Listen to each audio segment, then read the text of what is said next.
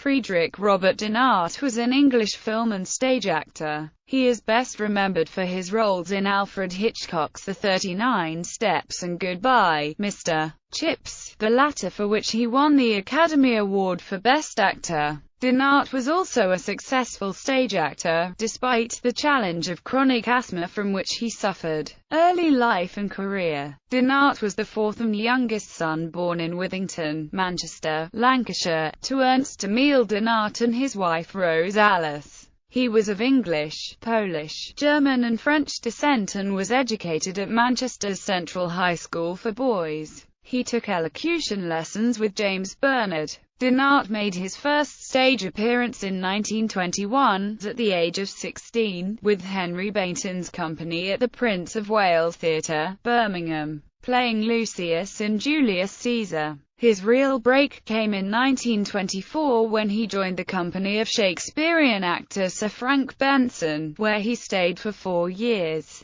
Donat married Ella Annesley Voysey in 1929. The couple had 3 children together, but divorced in 1946. Stardom. The British cinema's one undisputed romantic leading man in the 1930s was Robert Donat, wrote Geoffrey Richards in his book The Age of the Dream Palace. The image he projected was that of the romantic idealist, often with a dash of the gentleman adventurer. Initially, around 1930 and 1931, he was known as Screen Test Donat in the industry because of his many unsuccessful auditions for film producers. MGM's producer Irving Thalberg spotted him on the London stage in Pressure, Spain, and Donat was offered a part in the American studio's Smilin' Through. He rejected this offer. Instead, Donat made his film debut in A Quickie Men of Tomorrow for Alexander Korda's London Films. An abysmal screen test for Korda had ended with Donat's laughter. Reputedly, Korda in response exclaimed,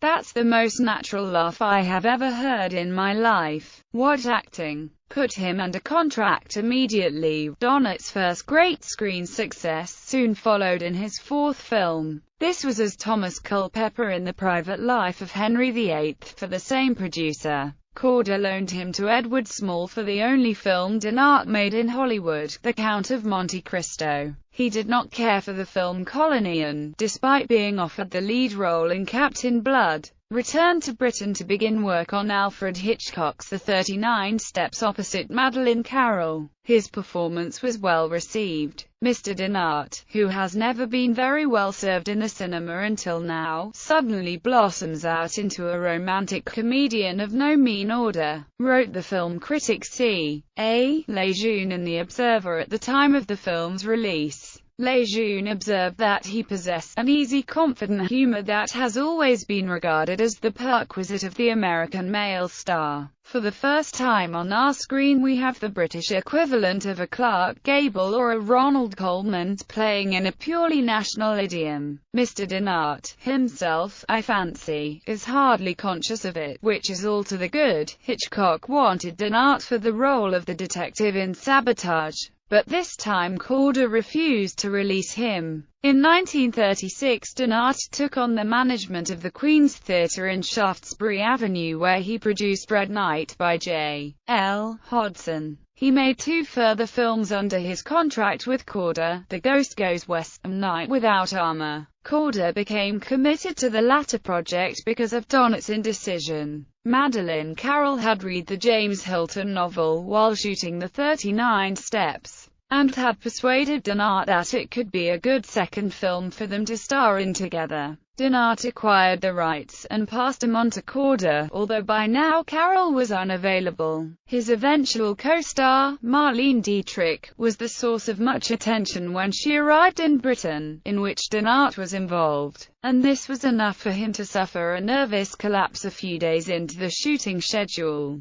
Donat entered a nursing home. The production delay caused by Donat's asthma led to talk of replacing him. Dietrich, contracted by Korda for $450,000, threatened to leave the project if this happened, and production was halted for 2 months. At that point, Donat was able to return to work. In 1938, Dinart signed a contract with MGM British for £150,000 with a commitment to making 6 films. In The Citadel, he played Andrew Manson, a newly qualified Scottish doctor, a role for which he received his first Best Actor Oscar nomination. Dinart is best remembered for his role as the schoolmaster in Goodbye, Mr. Chips. Australian film critic Brian McFarlane writes, "Class-ridden and sentimental perhaps, it remains extraordinarily touching in his Oscar-winning performance, and it ushers in the Dinart of the post-war years." His rivals for the Best Actor award were Clark Gable for Gone with the Wind, Laurence Olivier for Wuthering Heights, James Stewart for Mr. Smith Goes to Washington, and Mickey Rooney for Babes in Arms.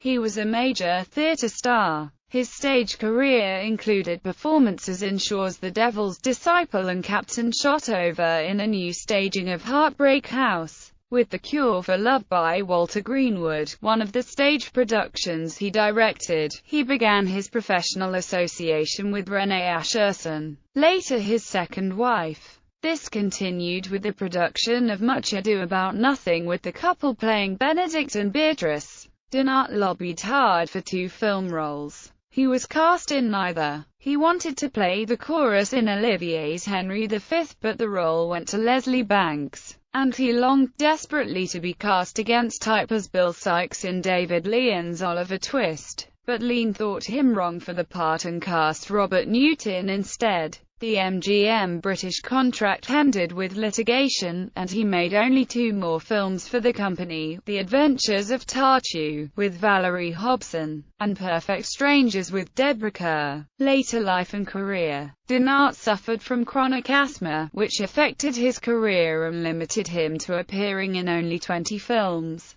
Dinart and Ascherson reprised their stage roles in the film version of The Cure for Love, his only film as director. Its production was affected by his ill health. The film's soundtrack had to be re-recorded after shooting was completed because Dinart's asthma had severely affected his voice. Modestly received by a reviewer in the Monthly Film Bulletin, and described as pedestrian by Philip French in 2009, it was a hit in the North. In this film, Dinart used his natural Mancunian accent, which his early elocution lessons had attempted to completely suppress. Dinart married Ascherson, his second wife, in 1953. They later separated, but might have reconciled. He was cast as Thomas Becket in T.S. Eliot's Murder in the Cathedral in Robert Helpman's production at the Old Vic Theatre in 1952, but although his return to stage was well received, his illness forced him to withdraw during the run. The same reason also caused him to drop out of Hobson's Choice. Scheduled to play Willie Mossop, he was replaced by John Mills. Author David Shipman speculates that Dinart's asthma may have been psychosomatic. His tragedy was that the promise of his early years was never fulfilled and that he was haunted by agonies of doubt and disappointment. David Thompson also suggested this explanation, and Dinart himself thought that his illness had a 90% basis in his psychology. In a 1980 interview with Barry Norman, his first wife Ella Vanesslie Voisey said that Dinart's asthma was a psychosomatic response to the birth of their daughter. According to her, Robert was full of fear. Lease of Life, made by Ealing Studios,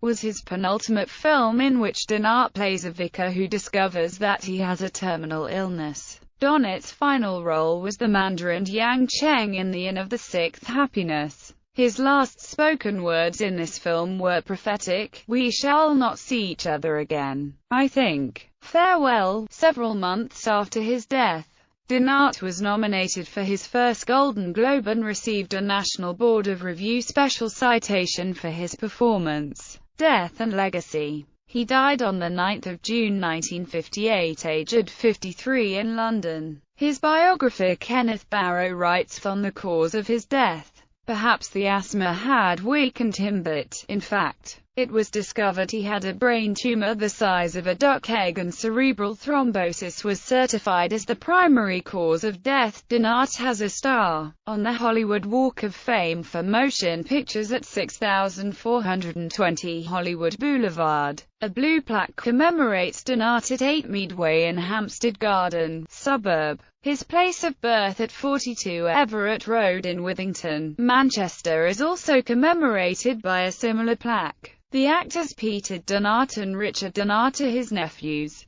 Filmography.